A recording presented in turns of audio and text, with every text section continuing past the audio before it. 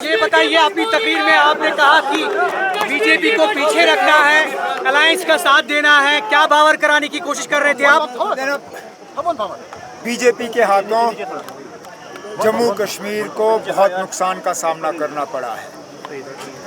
जम्मू में, कश्मीर में हर तरह आप देखें तो लोग मायूस हैं, परेशान हैं।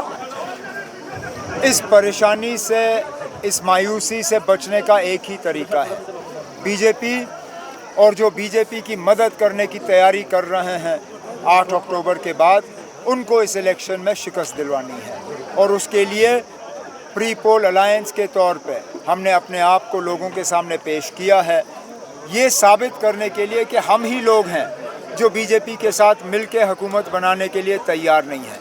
बाकी किसी न किसी रूप में बीजेपी की मदद करने के लिए मैदान में उतरे हुए हैं।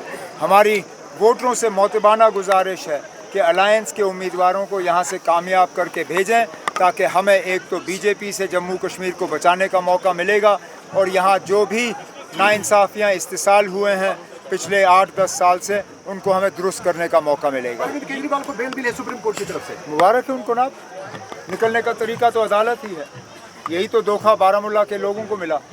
बारामूला के लोगों को कहा गया था कि वोट के ज़रिए आप किसी को निकाल सकते हो।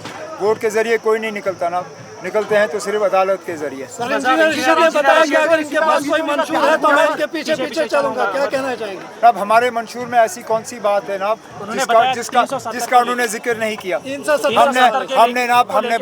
हमने मसले कश्मीर के हवाले से बात की, हमने 370 के हवाले से बात की, हमने हिंदुस्तान और पाकिस्तान के ताल्लुकात बेहतर करने के हवाले से बात की, और यहाँ लोगों के रोज़मर्रा के मसलों के हवाले से बात की। मुझे ऐसा बताइए ना, हमने ऐसा कौन सा इशू छोड़ा है जो लोगों को जाके टच नहीं करती।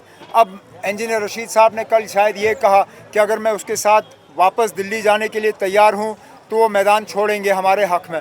मैं आज कहता हूँ ना, जिस दिन उसको वापस तिहाड़ जेल वापस जाना होगा, मैं साथ जाऊंगा उसको वहाँ छोड़ने के लिए। मैदान छोड़े और घर में बैठे। अगर नेशनल कॉन्फ्रेंस अपने ये बताएगा कि 370 को लेके उनका मतलब एजेंडे को वो डिफाइन करेंगे, तो हम डिफाइन करने की क्या जरूरत है? हमने कहा है कि हम इसके बहाली के लिए लड़ाई लड़ेंगे।